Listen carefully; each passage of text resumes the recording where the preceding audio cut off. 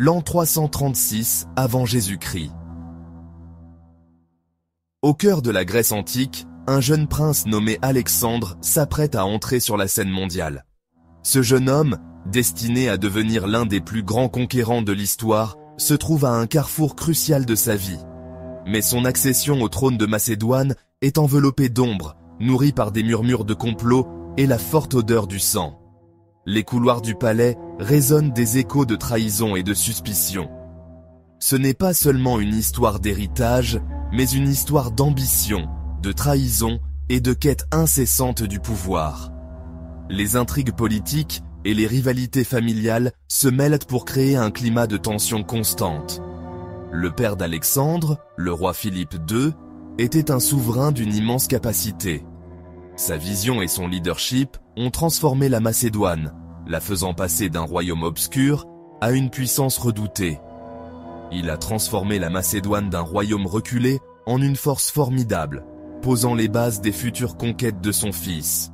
Philippe a réorganisé l'armée, introduisant des réformes qui allaient révolutionner la guerre.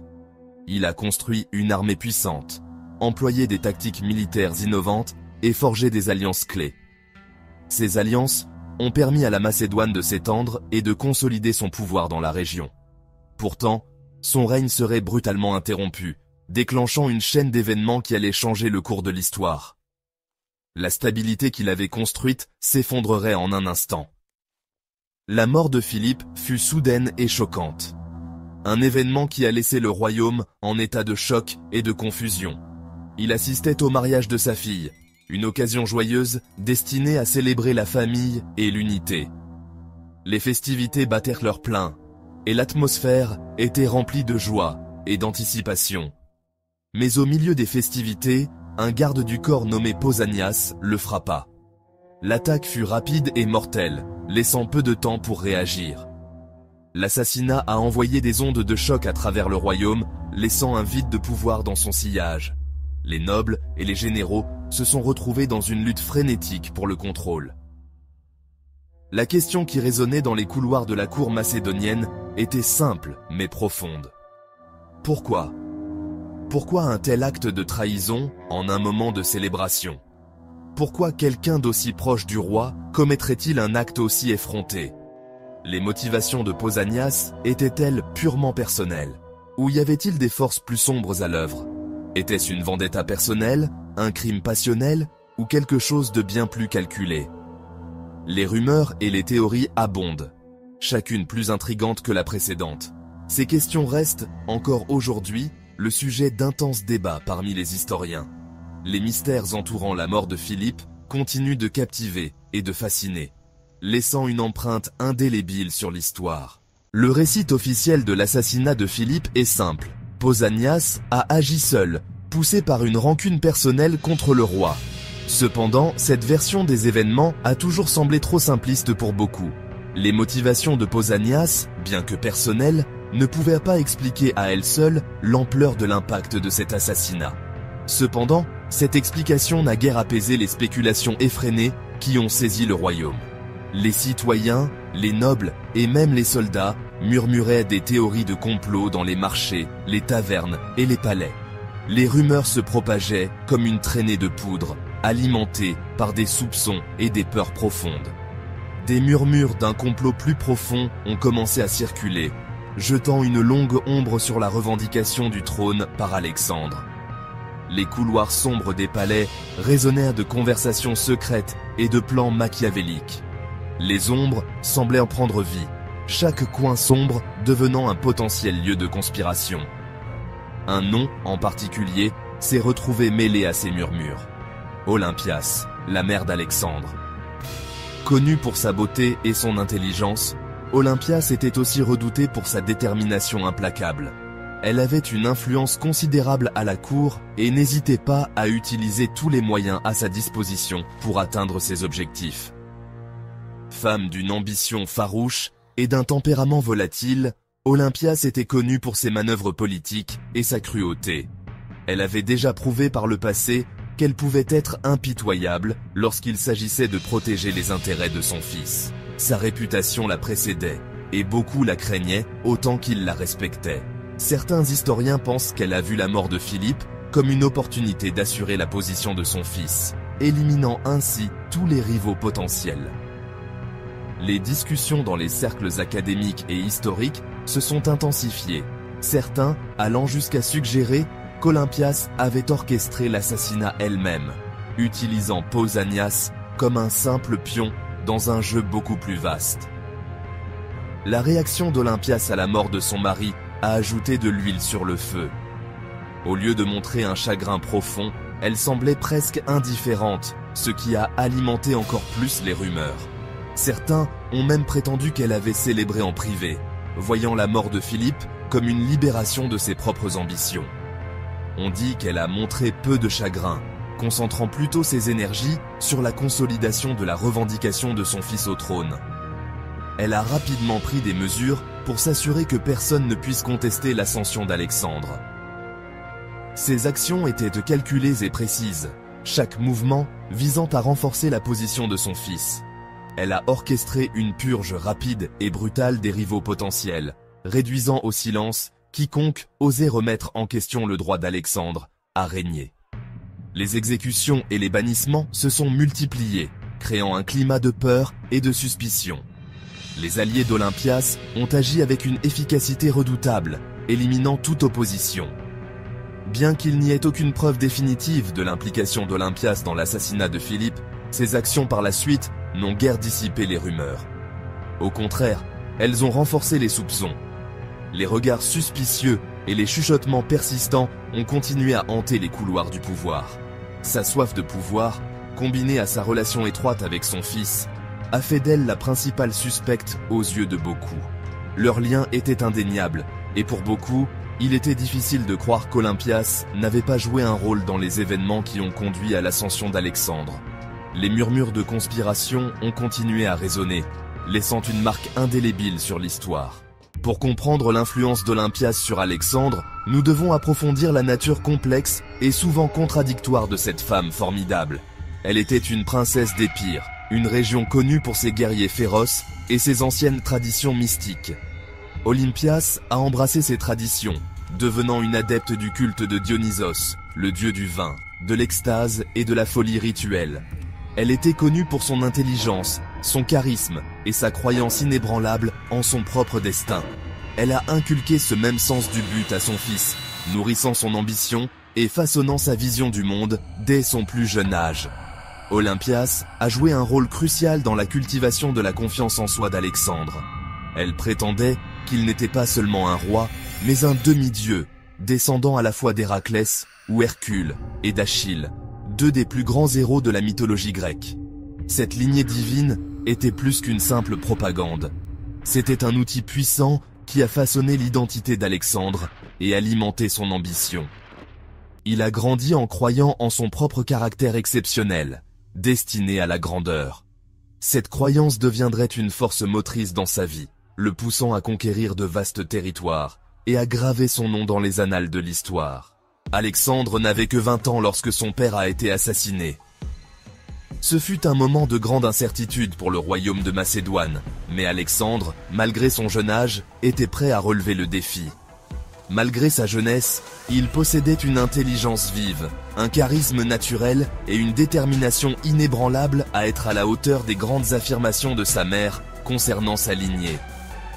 Olympias, sa mère, avait toujours affirmé qu'Alexandre était destiné à la grandeur, et il était déterminé à prouver qu'elle avait raison. Il a rapidement pris le contrôle de l'armée macédonienne, tirant parti de leur loyauté envers son père et de sa propre réputation naissante de commandant militaire.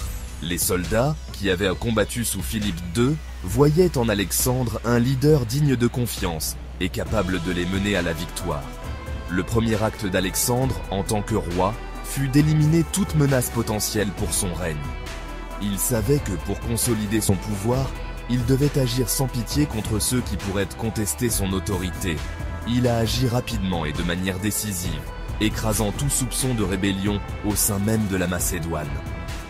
Les nobles et les rivaux potentiels furent soit exécutés, soit exilés, assurant ainsi qu'aucune opposition interne ne pourrait se former contre lui. Il comprenait qu'une démonstration de force était nécessaire pour assurer sa position et dissuader tout futur challenger. Alexandre savait que la perception de sa puissance était tout aussi importante que la réalité de celle-ci. Sa cible suivante était le monde grec au sens large. Il voyait dans les cités-États grecs non seulement des alliés potentiels, mais aussi des rivaux qui pourraient menacer son règne s'il n'était pas contrôlé. Philippe était sur le point de lancer une campagne contre l'Empire perse, une campagne qui avait rencontré des réactions mitigées de la part des cités-États grecs. Certains voyaient cette campagne comme une opportunité, tandis que d'autres la considéraient comme une menace à leur autonomie. Alexandre a utilisé les affaires inachevées de son père comme prétexte pour affirmer son autorité sur le reste de la Grèce.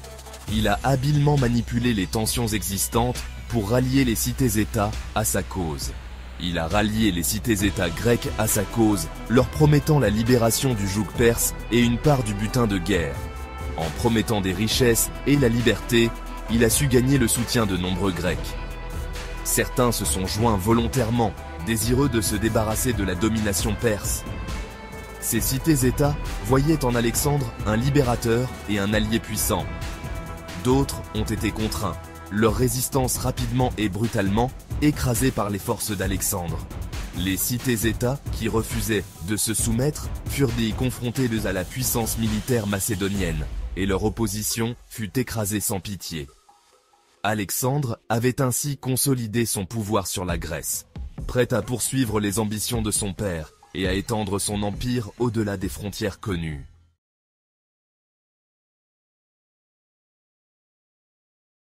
Alexander the Great, a name synonymous with military genius and ambition, was not born a conqueror.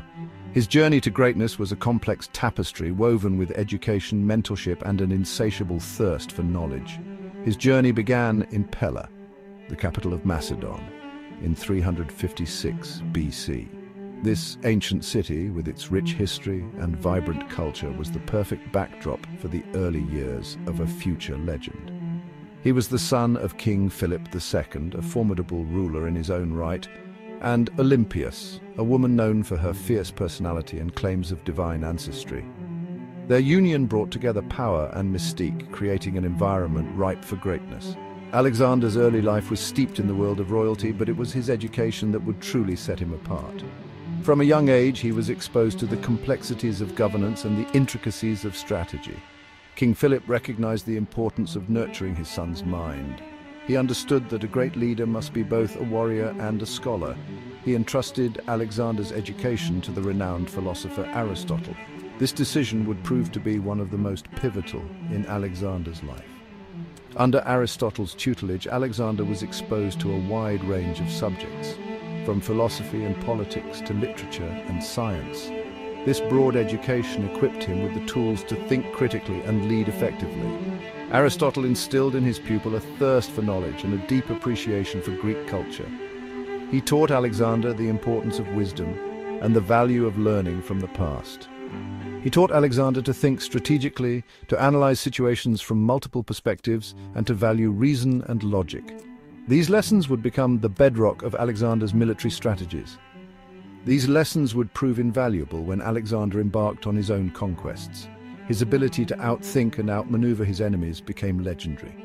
Aristotle also recognized Alexander's love for Homer's epic poems, particularly the Iliad. These stories were more than just tales. They were a source of inspiration and a guide for his ambitions. The stories of Achilles, Hector, and the Trojan War captivated Alexander's imagination, fueling his desire for glory and military achievement. He saw in these heroes a reflection of his own aspirations. He saw himself as a modern-day Achilles, destined for greatness on the battlefield. This self-image drove him to pursue his goals with relentless determination.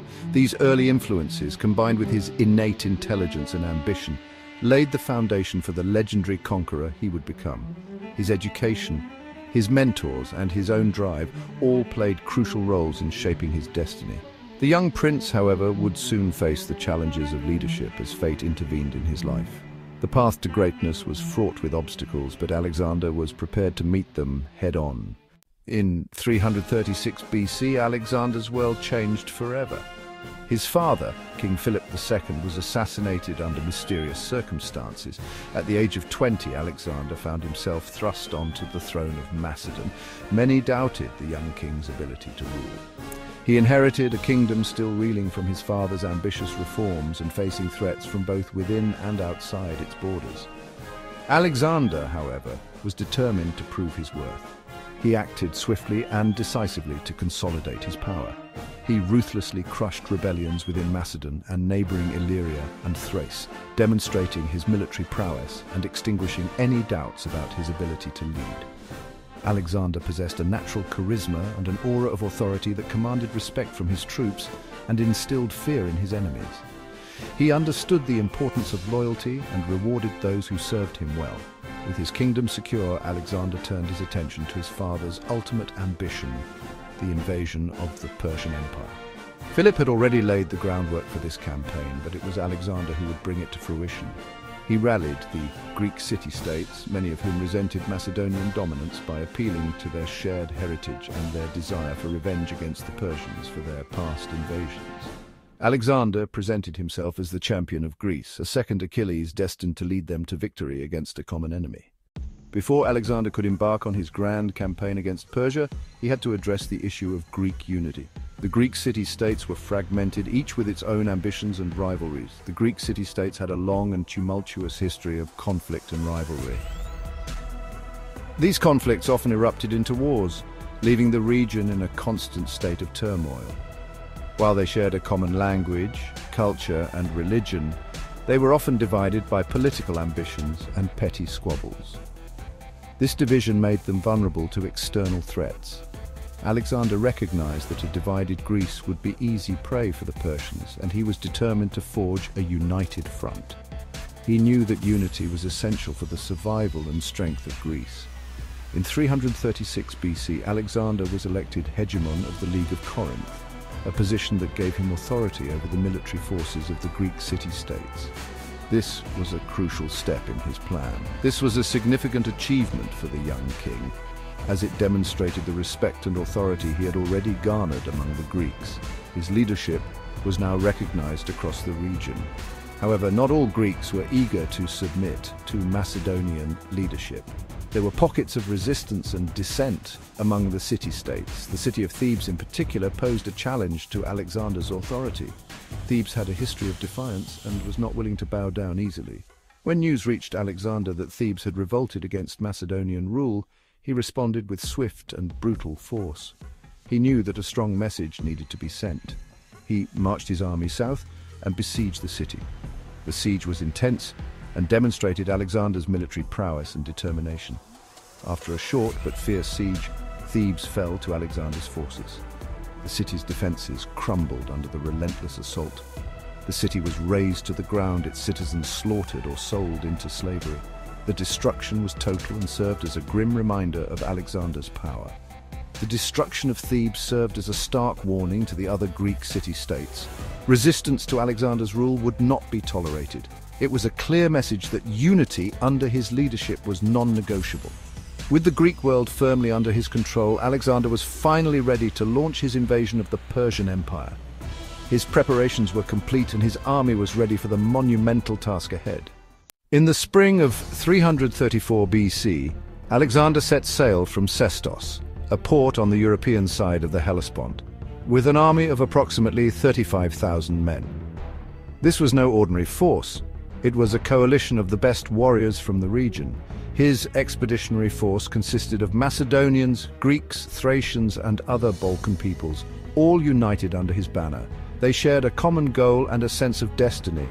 They were a formidable fighting force, well-trained, well-equipped, and led by experienced commanders. Their discipline and unity were unmatched. Alexander himself, still in his early 20s, exuded confidence and determination, inspiring his men with his courage and his vision of conquest. His charisma was a powerful weapon in itself. The Persian Empire, ruled by Darius III, was a vast and wealthy realm stretching from Egypt in the west to the Indus River in the east. It possessed a massive army, one that was feared across the known world, but its size was also its weakness. The logistical challenges of managing such a diverse force were immense. The Persian army was a heterogeneous force, made up of soldiers from various satrapies with varying levels of training and equipment. Moreover, Darius III, though a capable ruler, lacked the military genius of his predecessors like Cyrus the Great and Xerxes I. His leadership would be tested in the coming battles. Alexander's first objective was to secure the western coast of Asia Minor, which was home to several Greek city-states that had fallen under Persian control. These cities were crucial for his supply lines. He also needed to establish a secure base of operations before advancing further inland. This would ensure his army's stability and readiness. His landing at the Granicus River, near the ancient city of Troy, was unopposed. This initial success boosted the morale of his troops. However, the Persians were massing their forces nearby, preparing to confront the Macedonian king. The stage was set for a significant clash. The Battle of the Granicus River, Alexander's first major engagement against the Persians, was about to begin. The outcome of this battle would set the tone for the entire campaign. In the year 333 BC, Alexander the Great faced King Darius III of Persia at the Battle of Issus. Despite being vastly outnumbered, Alexander's strategic genius led to a decisive victory. This battle demonstrated Alexander's ability to adapt and overcome seemingly insurmountable odds. The Battle of Gaugamela in 331 BC marked the end of the Persian Empire. Alexander's forces, though smaller, were highly disciplined and expertly commanded. The defeat of Darius III at this battle solidified Alexander's control over Persia, showcasing his relentless pursuit of conquest and his tactical brilliance. After his victories in Persia, Alexander turned his attention to Egypt. In 332 BC, he was welcomed as a liberator and crowned as pharaoh. During his time in Egypt, he founded the city of Alexandria, which would become a major center of culture and learning in the ancient world. This conquest further expanded his empire and influence. Alexander the Great's conquests had a profound impact on the world. His campaigns spread Greek culture and ideas across the known world, leading to the Hellenistic era. His legacy influenced countless generations, shaping the course of history in ways that are still felt today. Alexander's ambition and vision transformed the ancient world, leaving an indelible mark on civilization. Nous sommes en l'an 336 avant Jésus-Christ, une année marquée par des événements dramatiques. Un silence s'abat sur le théâtre macédonien bondé. L'atmosphère est lourde de tension. Le roi Philippe II, conquérant de la Grèce, est assis en majesté, observant la foule. Il est là pour assister au mariage de sa fille, Cléopâtre, un événement censé être joyeux. Mais ce jour restera gravé dans les mémoires pour un meurtre brutal et inattendu. Alors que Philippe entre dans le théâtre, un garde du corps, Pausanias, l'intercepte avec une intention sinistre.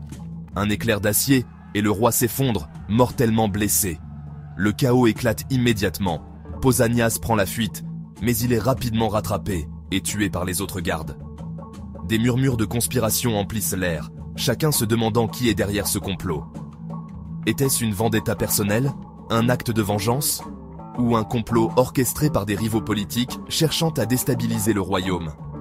La vérité meurt avec Pausanias, laissant derrière elle un mystère non résolu. Au lendemain de l'assassinat, un jeune homme s'avance, prêt à prendre la relève. Alexandre, le fils de Philippe, à peine 20 ans, se tient devant la cour. Il n'a pas encore fait ses preuves, mais il est ambitieux et déterminé. Beaucoup doutent de sa capacité à succéder à son père, le grand Philippe II. Pourtant, le destin en a décidé autrement, et Alexandre est prêt à relever le défi. Avec un puissant mélange de charisme et de détermination, Alexandre prend rapidement le contrôle. Il réduit rapidement ses rivaux au silence, s'assurant ainsi le trône de Macédoine. Le monde retient son souffle, attendant de voir ce que ce jeune roi accomplira. Ce jeune roi, endurci par la tragédie, est sur le point d'entreprendre un voyage qui changera le cours de l'histoire. Le décor est planté pour l'un des chapitres les plus remarquables de l'histoire de l'humanité. Alexandre, le jeune roi de Macédoine, hérite d'une armée puissante et d'une ambition dévorante. Il jette son dévolu sur l'Est, sur le vaste empire perse dirigé par Darius III. Son objectif n'est rien de moins que la domination du monde, un rêve audacieux. Mais d'abord, il doit consolider son pouvoir et se montrer digne de l'héritage de son père. Le monde est sur le point d'assister à l'ascension d'Alexandre le Grand, un leader légendaire. L'enfance d'Alexandre fut tout sauf ordinaire. Né à Pella, la capitale de la Macédoine, en 356 avant Jésus-Christ, Il était prince d'un royaume en pleine ascension. Son père, Philippe d'Oe, était un brillant stratège militaire qui a transformé la Macédoine d'une région reculée en une force dominante en Grèce. Alexandre a hérité de l'ambition de son père, mais sa mère, Olympias, lui a insufflé un feu d'une autre nature. C'était une femme fière et farouchement indépendante qui se prétendait descendante d'Achille, le héros de la guerre de Troie. Alexandre a grandi avec les récits des exploits de son ancêtre, des récits qui ont nourri ses propres rêves de gloire et de conquête. Reconnaissant le potentiel de son fils, Philippe engagea les plus brillants esprits de la Grèce pour éduquer le jeune Alexandre. Le plus célèbre d'entre eux était Aristote, le philosophe qui allait devenir l'un des penseurs les plus influents de l'histoire. Aristote a enseigné à Alexandre la philosophie, la logique et l'éthique. Il a inculqué à son élève l'amour de l'apprentissage et une soif de connaissances qui le suivront tout au long de sa vie. Sous la tutelle d'Aristote, Alexandre est devenu un jeune homme accompli, aussi à l'aise pour discuter de philosophie que pour manier une épée. Mais c'est son père qui a donné à Alexandre son premier aperçu de la guerre. À l'âge de 16 ans, Alexandre mena une charge de cavalerie contre une tribu thrace rebelle, prouvant son courage et son habileté au combat. 2 ans plus tard, il joua un rôle crucial dans la bataille de Chéronée, où les forces de Philippe écrasèrent les armées combinées d'Athènes et de Thèbes, assurant la domination macédonienne sur la Grèce. Ses premières expériences sur le champ de bataille ont affûté l'instinct tactique et les qualités de chef d'Alexandre, le préparant aux défis qui l'attendaient et forgeant son destin de conquérant. L'assassinat de Philippe II a provoqué une onde de choc dans tout le royaume, bouleversant l'ordre établi. Beaucoup y ont vu une opportunité dans le chaos, une chance de s'emparer du pouvoir et de redéfinir leur destin. Des prétendants rivaux au trône ont émergé, tant au sein de la famille royale que parmi la noblesse macédonienne, chacun avec ses propres ambitions. Des généraux ambitieux ont vu une chance de se tailler leur propre royaume à partir de l'empire bâti par Philippe, rêvant de gloire et de conquête. Les cités-États grecques, sentant la faiblesse, se sont soulevées, désireuses de se débarrasser du joug macédonien et de retrouver leur indépendance. Alexandre, à peine âgé de 20 ans, a dû faire face à un tourbillon de défis, tant internes qu'externes, mais il possédait une puissante combinaison de l'acuité militaire de son père, de la détermination de sa mère et de son propre charisme, ce qui le rendait unique. Il a agi rapidement et de manière décisive, ne laissant aucune place à l'hésitation. Il a rallié l'armée macédonienne, tirant parti de sa loyauté envers son père et du respect pour sa lignée, consolidant ainsi son autorité. Il a écrasé la dissidence interne d'une main de fer, exécutant des rivaux potentiels et consolidant sa base de pouvoir avec une détermination implacable. Il s'est ensuite tourné vers les Grecs rebelles, marchant vers le sud avec son armée pour réprimer les soulèvements et restaurer l'ordre. La cité de Thèbes, autrefois une puissance en Grèce, est devenue le symbole de la résolution d'Alexandre et de sa volonté de fer. Les Thébains avaient ouvertement défié le pouvoir macédonien, croyant Alexandre faible et inexpérimenté. Ils avaient tort de sous-estimer sa détermination. L'armée d'Alexandre prit d'assaut la ville, la rasant et vendant ses habitants en esclavage, montrant ainsi sa force impitoyable. La brutalité du sac de Thèbes envoya un message clair au reste de la Grèce. Il ne fallait pas jouer avec Alexandre, le jeune roi déterminé. Il avait hérité de l'ambition de son père, mais aussi de sa détermination et de sa vision pour un empire encore plus grand. Les autres cités-États grecques, intimidées par le sort de Thèbes, se sont rapidement soumises, préférant la paix à la destruction. Son royaume sécurisé, Alexandre put enfin tourner son attention vers l'Est, vers l'Empire perse, un rêve de longue date. Son père avait déjà préparé le terrain pour une invasion, mais c'est Alexandre qui l'amènerait à bien, avec une détermination sans faille. Il rassembla une armée formidable, une force de Macédoniens et d'alliés grecs, et se prépara à traverser l'Hellespont vers l'Asie mineure, prêt pour la conquête. Le monde retint son souffle, attendant de voir ce que le jeune roi accomplirait. Le jeune roi de Macédoine était en marche, et rien ne se dresserait sur son chemin, car il était destiné à changer le cours de l'histoire. La bataille d'Issos, livrée en 333 avant Jésus-Christ, fut un moment charnière de l'histoire. Alexandre le Grand y affronta Darius III de Perse. Avec une brillante stratégie, les forces d'Alexandre ont vaincu l'armée perse, pourtant bien plus nombreuse. Cet affrontement a non seulement mis en évidence le génie tactique d'Alexandre, mais a également marqué un tournant décisif dans sa campagne pour conquérir l'Empire perse. La victoire d'Issos a consolidé la réputation d'Alexandre comme l'un des plus grands chefs militaires de l'histoire. Alexandre le Grand, souvent salué comme l'un des plus grands esprits militaires de l'histoire, a mené ses armées à de nombreuses victoires. Ses tactiques innovantes et son leadership intrépide ont changé le cours des batailles. Et, franchement, le cours de l'histoire elle-même. Des plaines d'Issos au mur de Tyr, son génie stratégique était inégalé. À l'âge de 30 ans, Alexandre avait créé l'un des plus vastes empires que le monde ait jamais connu. Ses conquêtes s'étendèrent de la Grèce à l'Égypte et jusqu'aux profondeurs de l'Asie. Son héritage, cependant, ne se limite pas à l'expansion territoriale. Il a répandu la culture, les idées et les connaissances grecques à travers le monde connu, créant une nouvelle ère connue sous le nom d'ère hellénistique. Malgré ses nombreuses réalisations, Alexandre reste une énigme. Sa mort soudaine, à l'âge de 32 ans, a laissé de nombreuses questions sans réponse. Était-il un leader visionnaire ou un conquérant impitoyable ? Sa personnalité complexe et sa nature ambitieuse continuent de fasciner les historiens et les chercheurs à ce jour. En fin de compte, l'impact d'Alexandre le Grand sur l'histoire est indéniable. Son génie militaire, son influence culturelle et l'ampleur même de ses réalisations ont laissé une marque indélébile sur le monde. Son histoire est un témoignage de la puissance de la vision et de l'ambition, et elle continue d'inspirer d'innombrables générations. Un destin extraordinaire, la naissance d'un conquérant. L'histoire d'Alexandre le Grand commence bien avant sa naissance, dans les rêves et les ambitions de ses parents. Alexandre le Grand, un nom qui résonne à travers les âges, symbole de gloire, de conquête et d'un destin hors du commun. Son nom est synonyme de puissance et de stratégie militaire, un modèle pour les conquérants de toutes les époques. Mais qui était vraiment cet homme, qui en quelques années seulement a bâti un empire s'étendant de la Grèce jusqu'aux frontières de l'Inde ? Comment un jeune prince macédonien a-t-il pu transformer le monde antique à une telle échelle ? Né en 356 avant Jésus-Christ en Macédoine, Alexandre n'était pas prédestiné à une vie ordinaire. Dès son plus jeune âge, il montrait des signes de grandeur et de détermination, des qualités qui allèrent définir son règne. Son père, Philippe II, était un roi ambitieux et un brillant stratège.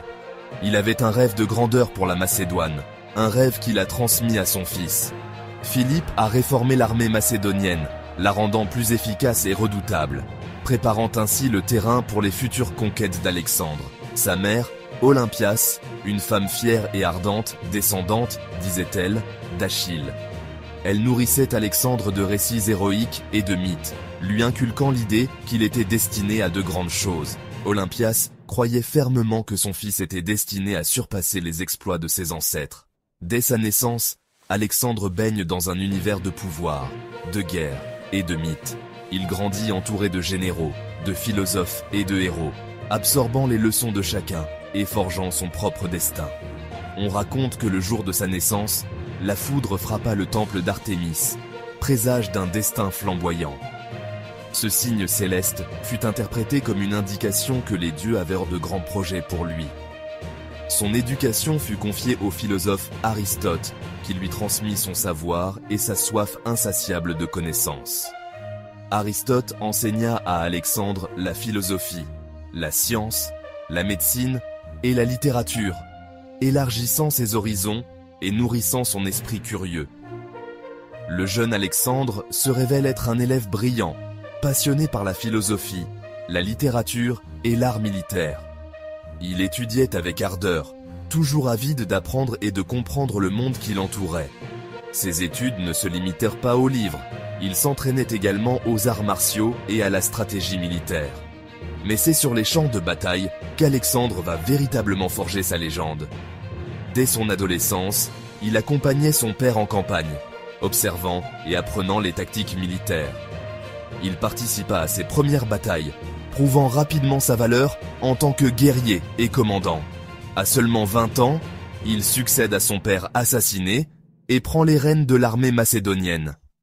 La mort de Philippe II fut un tournant décisif pour Alexandre, qui se retrouva soudainement à la tête d'un royaume en pleine expansion. Il devait maintenant prouver qu'il était digne de l'héritage de son père. Animé d'une ambition dévorante, il se lance alors à la conquête du monde, gravant son nom à feu et à sang dans l'histoire. Alexandre ne se contenta pas de consolider son pouvoir en Macédoine.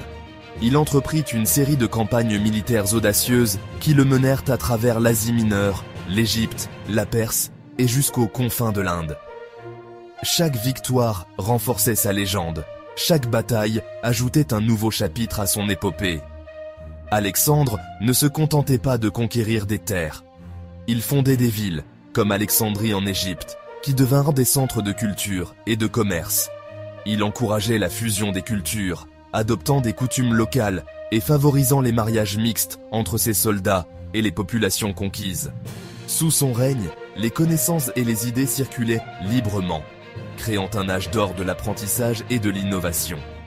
Les bibliothèques se remplissèrent de manuscrits, les académies florissaient et les savants de toutes les régions venaient à partager leurs découvertes. Alexandre le Grand, par sa vision et son audace, a laissé une empreinte indélébile sur le monde. Son héritage perdure, non seulement dans les territoires qu'il a conquis, mais aussi dans les idées et les cultures qu'il a influencées. Son histoire est celle d'un homme qui a osé rêver au-delà des limites de son temps et qui a transformé ses rêves en réalité. La naissance d'un conquérant, c'est aussi la naissance d'une légende. Alexandre le Grand reste une figure emblématique, un modèle de leadership et de courage, dont l'influence continue de résonner à travers les siècles. À la conquête de l'Orient, les premières victoires d'Alexandre. Alexandre le Grand, l'un des plus grands conquérants de l'histoire, commence son épopée par une série de victoires impressionnantes qui marqueront à jamais le monde antique. Alexandre hérite d'une armée puissante, façonnée par son père Philippe II. Philippe avait transformé la Macédoine en une force militaire redoutable, introduisant des réformes qui allaient révolutionner l'art de la guerre. L'armée macédonienne, avec ses phalanges bien entraînées et ses cavaliers d'élite, était prête à conquérir le monde. Mais il possède également un charisme et un courage exceptionnels qui galvanisent ses troupes. Alexandre n'était pas seulement un stratège brillant, mais aussi un leader inspirant. Ses discours enflammés avant les batailles, sa présence sur le champ de bataille et son habileté à motiver ses hommes étaient des éléments clés de son succès. Sa première cible, l'immense empire perse, gouverné par le roi Darius III. L'empire perse, avec ses vastes territoires et ses ressources abondantes, représentait un défi de taille. Darius III, bien que puissant, sous-estimait la détermination et la compétence militaire d'Alexandre. La campagne d'Alexandre commence par la traversée du détroit des Dardanelles, marquant son entrée en Asie mineure. Cette traversée symbolique était le premier pas vers la réalisation de son rêve de conquête. Les soldats macédoniens, déterminés et bien préparés, étaient prêts à affronter les défis qui les attendaient.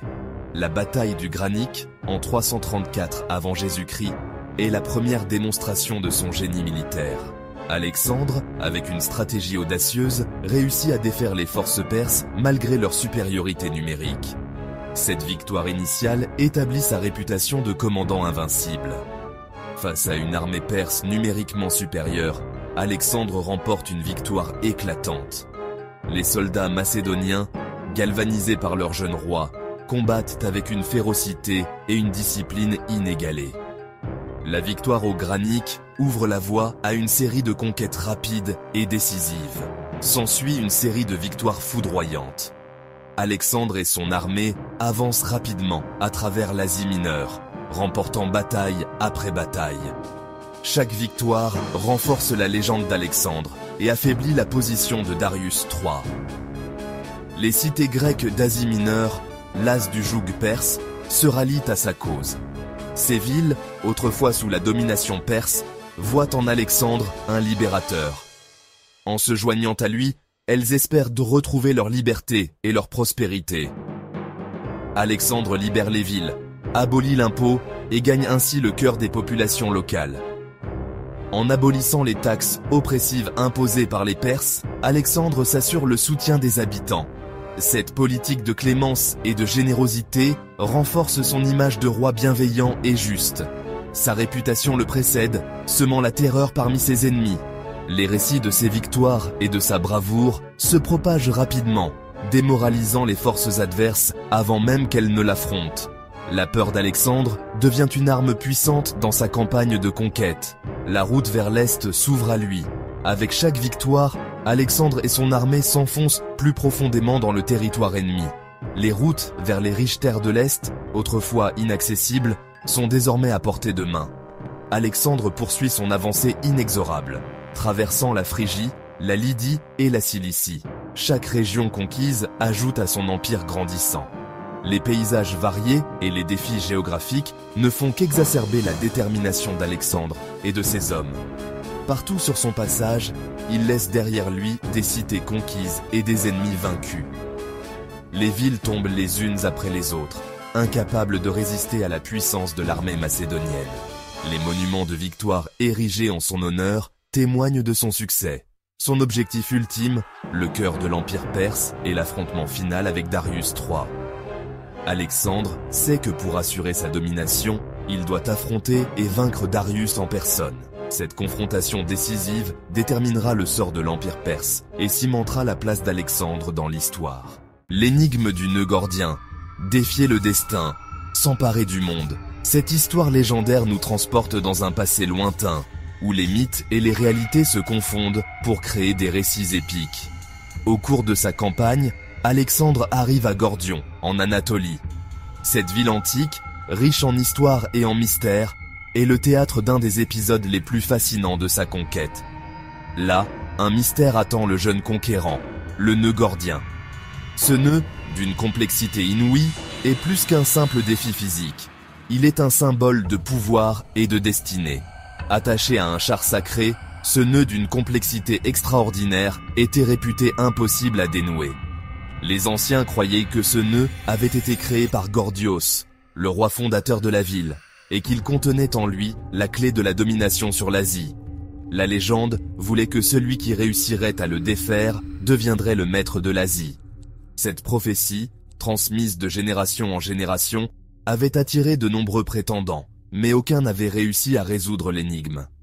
Alexandre, intrigué par ce défi, se rend au temple où est exposé le nœud. Il sait que ce nœud représente bien plus qu'un simple obstacle. Il est un test de sa détermination et de son ingéniosité. Il l'observe longuement, cherchant une solution à cette énigme millénaire.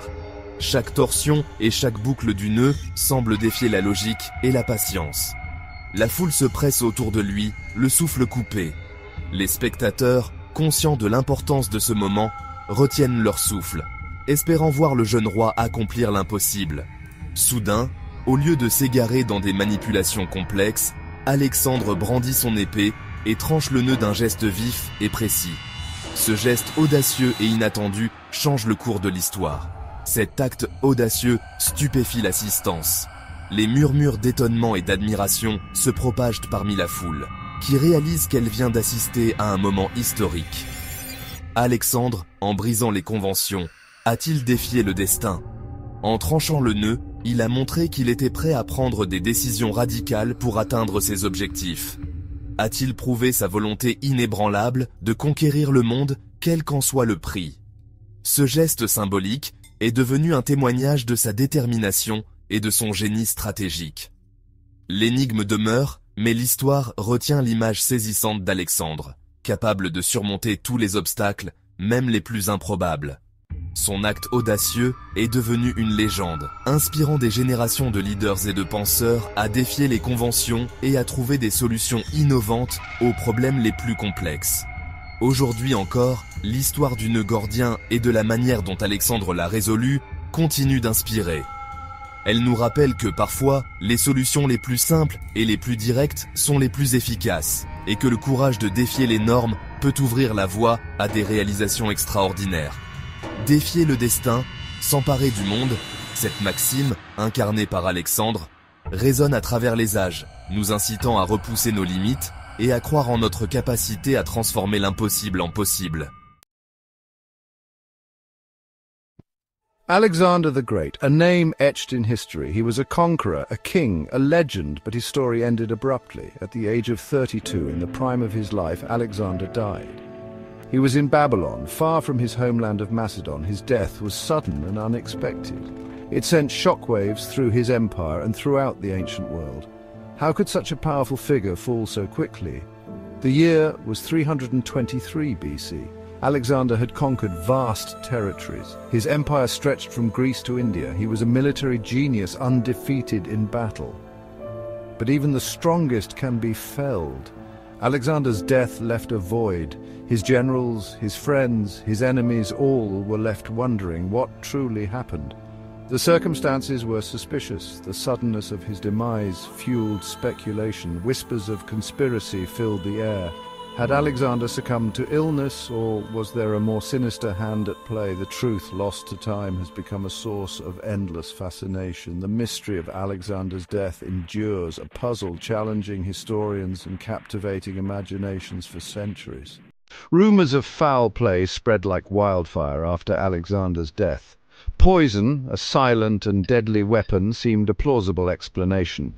It was the weapon of choice for those seeking power in the shadows. Among the suspects were those closest to Alexander. Antipater, a seasoned general, was one such figure. He had clashed with Alexander in the past. Could he have orchestrated the poisoning from afar? Another suspect was Aristotle, Alexander's own tutor. Aristotle was also a master of natural sciences, including poisons. Even Alexander's wife Roxana came under suspicion. She was a Persian princess, a political pawn in Alexander's grand scheme. Could she have been manipulated by others, or did she act out of her own ambition? The theories were plentiful, each more intriguing and treacherous than the last. The court of Alexander was a den of vipers, where ambition and jealousy festered. But despite the whispers and accusations, no concrete evidence of poisoning ever surfaced. The official accounts spoke of a debilitating illness, a fever that consumed the king. Yet the rumors persisted, fueled by the lack of a clear explanation. The possibility of poison, though never proven, added another layer to the enigma of Alexander's death. While whispers of poison swirled, Alexander's final days were marked by a visible decline.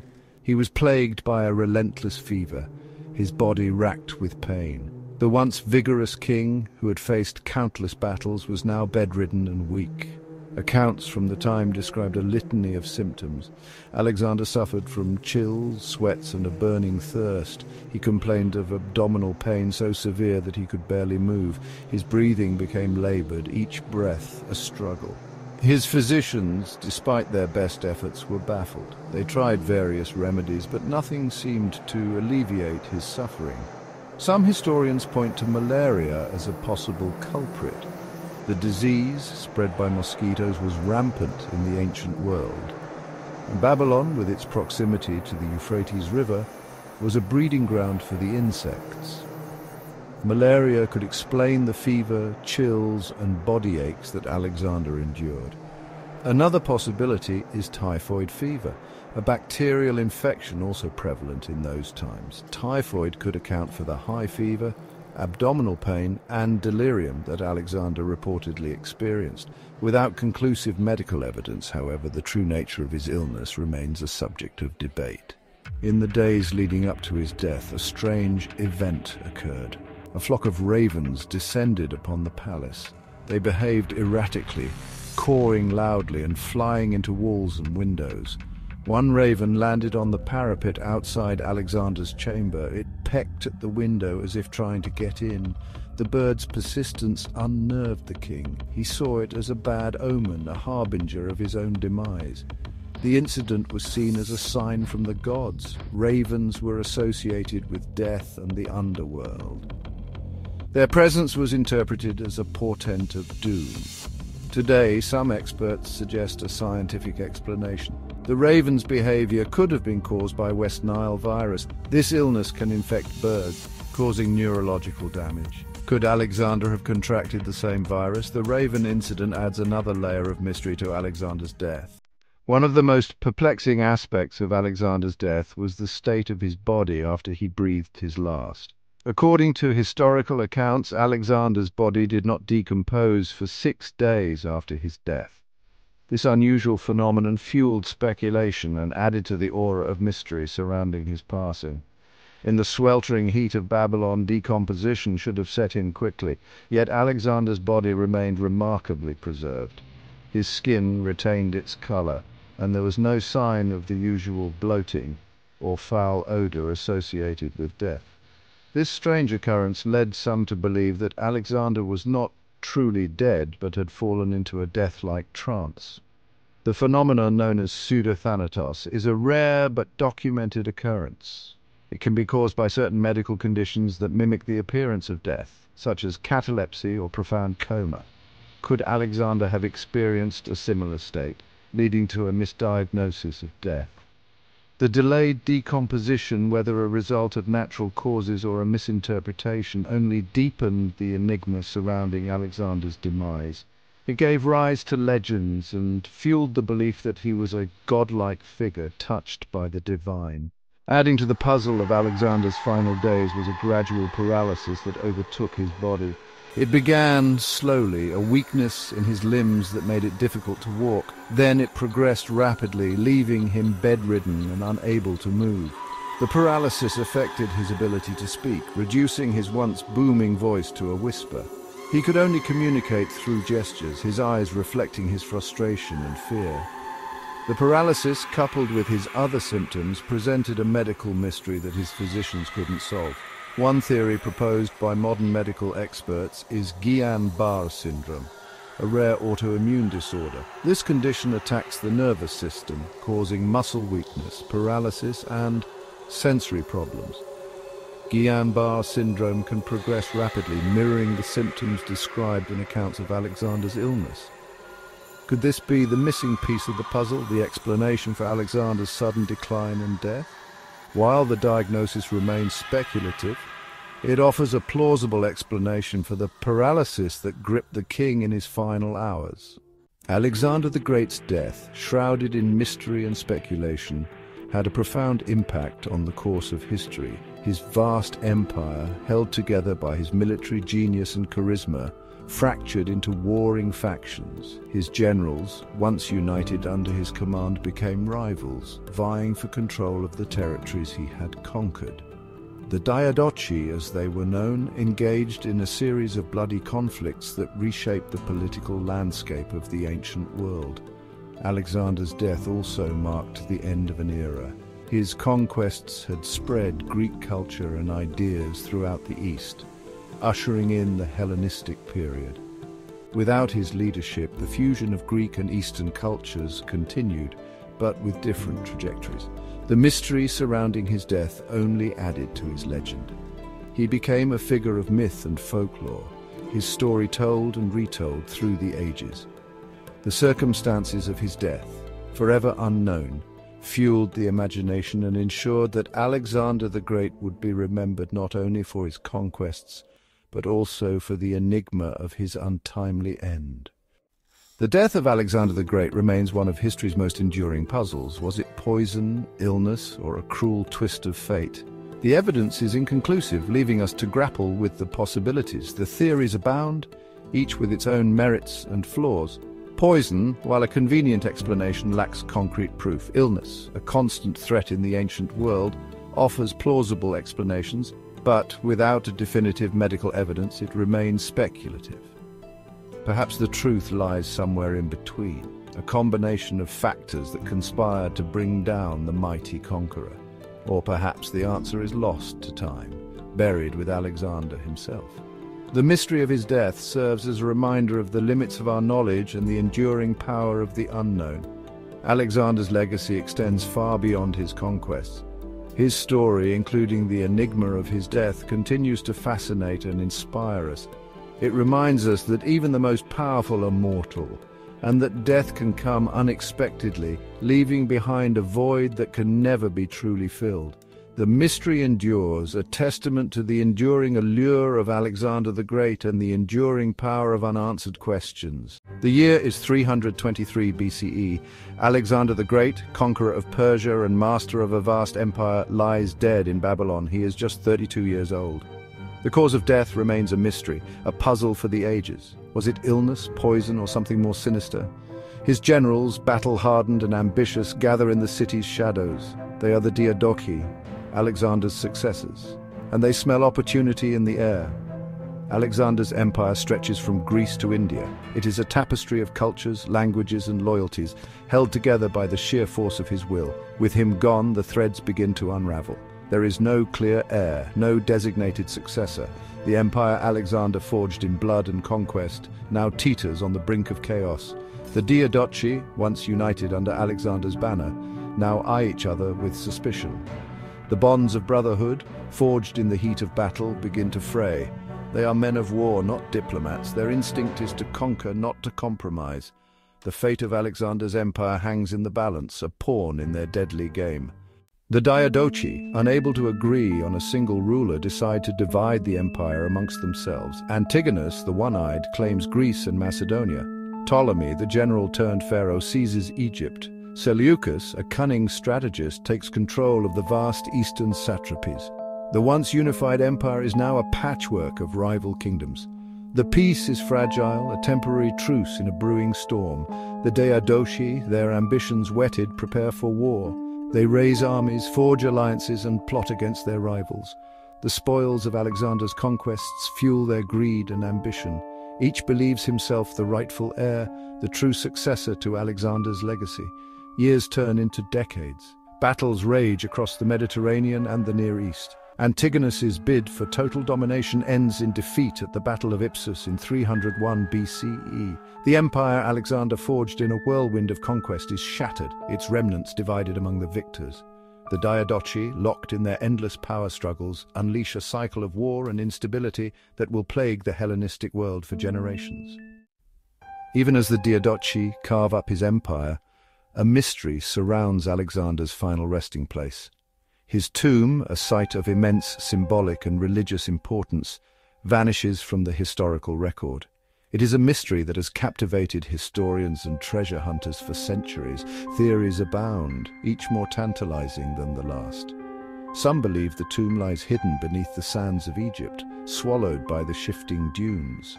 Others speculate it rests beneath a modern city, lost in the urban sprawl. Still others whisper of secret societies and ancient curses guarding the secrets of the king's burial.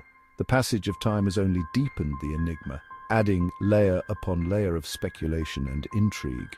The discovery of Alexander's tomb would be an archaeological sensation, a treasure trove of knowledge about the Macedonian king and his era. It could rewrite history, shedding light on his reign, his death, and the tumultuous years that followed. Yet, the tomb remains elusive, a phantom that continues to haunt the imagination. The search for Alexander's final resting place is a journey into the heart of a historical enigma, a quest for answers that may lie forever out of reach. In the chaotic aftermath of Alexander's death, one figure emerges from the shadows, Perdiccas. A trusted general and confidant of Alexander, Perdiccas assumes the role of regent for the empire. He is a shrewd political operator, navigating the treacherous currents of the Diadochi's ambition with cunning and ruthlessness. But his grip on power is tenuous, constantly challenged by rivals eager to seize control. Perdiccas faces a Herculean task. He must hold the empire together, quell rebellions, and secure the succession for Alexander's heir. The problem is Alexander's wife, Roxana, is pregnant with his unborn child. The fate of the empire rests on the gender of an unborn child, a pawn in a high-stakes game of power. Perdiccas' regency is a time of intrigue, assassination, and shifting alliances. He understands that the Diadochi are driven by ambition, greed, and the allure of Alexander's legacy. He attempts to play them off against each other, maintain a delicate balance of power. But Perdiccas is walking a tightrope over an abyss. One wrong step, one miscalculation, and he will be swallowed whole by the forces he struggles to control. Roxana gives birth to a son, Alexander IV, the rightful heir to Alexander's empire, but the infant king is merely a pawn in a deadly game. The Diadochi, their ambitions unchecked, see him as a threat, a rallying point for their enemies. The child's very existence is an obstacle to their plans for power. A shadow falls over the royal family, a premonition of the tragedy to come. Antigonus, Ptolemy, and Seleucus, the most powerful of the Diadochi, form an uneasy alliance. Their target, Perdiccas and the royal family. The regent, betrayed by his own men, is assassinated during a campaign in Egypt. His death sets off a wave of violence that will consume Alexander's family and drown the empire in blood. Roxana and her son, stripped of their protector, become prisoners in their own palace. They are pawns in a game played by men who have no qualms about spilling royal blood to achieve their goals. The fate of Alexander's heir, a child who never knew his father, will be a brutal lesson in the ruthless realities of power. Section 6, Whispers of Poison, Shadows of Doubt. Death, often sudden and unexpected, becomes a constant companion in the struggle for Alexander's empire. Rumors of poison spread like wildfire through the courts of the Diadochi. It is a weapon as silent as it is deadly, perfect for eliminating rivals and seizing power from the shadows. No one is above suspicion. Every cup of wine, every bite of food could be a potential death sentence. Antigonus, known for his ruthlessness, is suspected of eliminating several rivals with poison. Ptolemy, a master of intrigue, is rumored to have employed poisoners to secure his hold on Egypt. Even Seleucus, the most stable of the Diadochi, is not immune to the whispers of foul play. The use of poison, real or imagined, casts a pall of paranoia over the Hellenistic world. The truth, often shrouded in rumor and speculation, is difficult to ascertain. Many of the deaths attributed to poison could be explained by natural causes or the chaos of the times. Yet, the suspicion remains, a testament to the climate of fear and mistrust that engulfed the Diadochi and their courts. The whispers of poison, whether true or not, serve as a chilling reminder that in the struggle for power, any means are justified. Section 7, The Price of Ambition, a World Ablaze. The Diadochi, blinded by their lust for power, unleashed decades of war upon the Hellenistic world. Their armies clash on land and sea, leaving a trail of destruction and suffering. Cities are sacked, populations enslaved, and dreams of peace lie shattered. Alexander's dream of a united empire crumbles under their ambition. The wars are existential struggles for survival and supremacy. Defeat means the loss of power and the likely demise of their legacy. The endless cycle of war exacts a terrible toll on the Hellenistic world. The Diadochi fail to see the long-term consequences of their actions. Section 8, Lost Scrolls and Shattered Statues. The wars of the Diadochi are not just fought on battlefields, but also in the realm of culture and knowledge. Libraries, repositories of ancient wisdom are plundered and burned. Priceless scrolls containing the accumulated knowledge of centuries are lost forever. Statues and monuments, testaments to the artistic genius of the age, are defaced or destroyed in the frenzy of conquest. The destruction of the Library of Alexandria, though not directly caused by the Diadochi, is a poignant symbol of the era's cultural losses. The library, founded by Ptolemy I Soter, was intended to be a beacon of knowledge, a place where scholars from across the Hellenistic world could gather and share ideas. Its destruction represents an irreplaceable loss for humanity, a tragic reminder of the fragility of knowledge in the face of conflict. The cultural legacy of Alexander's empire is not completely erased. The Diadochi, for all their faults, are patrons of the arts and sciences. New cities are founded, each with its own temples, theatres and libraries. The Hellenistic world, even in the midst of turmoil, remains a center of intellectual ferment and artistic innovation. Yet the losses are undeniable, a tragic reminder of the price of conflict and the enduring human capacity for destruction. Section 9, An Echo Through Time, a Legacy of Questions. The empire of Alexander the Great, forged in the fires of conquest, did not long survive its creator. The Diadochi, his ambitious generals, ensured that. Their struggles for power plunged the Hellenistic world into decades of war, fracturing Alexander's dream of a united empire and leaving a legacy of unanswered questions. Where does Alexander lie buried? What truly happened to his family? How different might the world have been if his empire had endured? These questions continue to fascinate historians, archaeologists, and dreamers. The empire of Alexander the Great may be gone, but its legacy endures. It lives on in the ruins of ancient cities, in the fragments of lost texts, and in the enduring power of Alexander's story to capture the imagination. It is a story of ambition, of brilliance, of both triumph and tragedy. The story of Alexander and his successors is a tale for our times. It reminds us of the fleeting nature of power, the allure and danger of ambition, and the enduring human capacity for both creation and destruction. It is a story that continues to resonate across the centuries, a reminder that the echoes of the past can still be heard if we know where to listen.